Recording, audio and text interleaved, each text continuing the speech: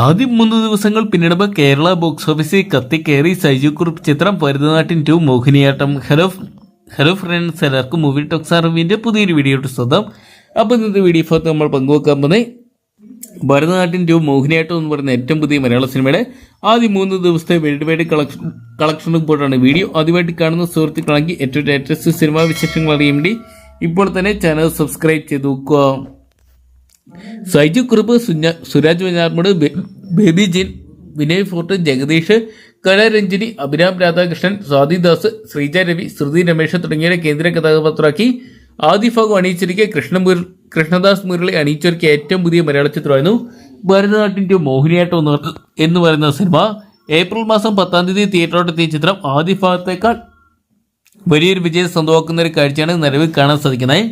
ആദ്യ ഭാഗം ബോക്സ് ഓഫീസിൽ പരാജയമായിരുന്നെങ്കിൽ OTT പ്ലാറ്റ്ഫോമുകളിൽ വലിയ വിജയങ്ങൾ സ്വന്തമാക്കുന്ന ഒരു കാഴ്ച നമ്മൾ കണ്ടാണ്. ഇപ്പോഴത്തെ ചിത്രത്തിന്റെ 2ാം ഭാഗം തിയേറ്ററുകളിൽ വൻ വിജയം സ്വന്തമാക്കുന്ന ഒരു കാഴ്ചയാണ് കാണാൻ സാധിക്കുന്നത്.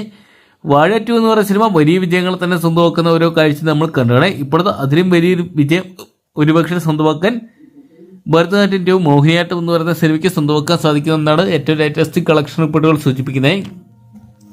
ആദ്യ 3 ദിവസത്തെ ചിത്രത്തിന്റെ കേരള കളക്ഷൻ റിപ്പോർട്ടുകൾ പുറത്തുവരുമ്പോൾ ചിത്രം 2.5 കോടി രൂപയോളം സ്വന്തമാക്കിയപ്പോൾ വേൾഡ് വൈഡ് ബോക്സ് ഓഫീസിനായിട്ട് ചിത്രം 4 കോടി രൂപയോളം സ്വന്തമാക്കിയതായിട്ടാണ് ഇപ്പോൾ അറിയാൻ സാധിക്കുന്നത്. ഇതൊക്കെയാണ് മലയാള സിനിമ കണ്ട എക്കാലത്തെ വലിയൊരു വിജയത്തിലിട്ടാണ് ഭരതനാട്യം 2 മോഹിനിയാട്ടം എന്ന് പറയുന്ന സിനിമ മുന്നേറുന്ന ഒരു കാഴ്ചയാണ് നിലവിൽ ഇപ്പോൾ നമുക്ക് കാണാൻ സാധിക്കുന്നത്. ഇതൊക്കെയാണ് ചിത്രം വരുന്ന ദിവസങ്ങളും ബോക്സ് ഓഫീസിൽ വലിയ വിജയങ്ങൾ തന്നെ സൃഷ്ടിക്കുന്നത് കണ്ടു തന്നെ അറിയാം.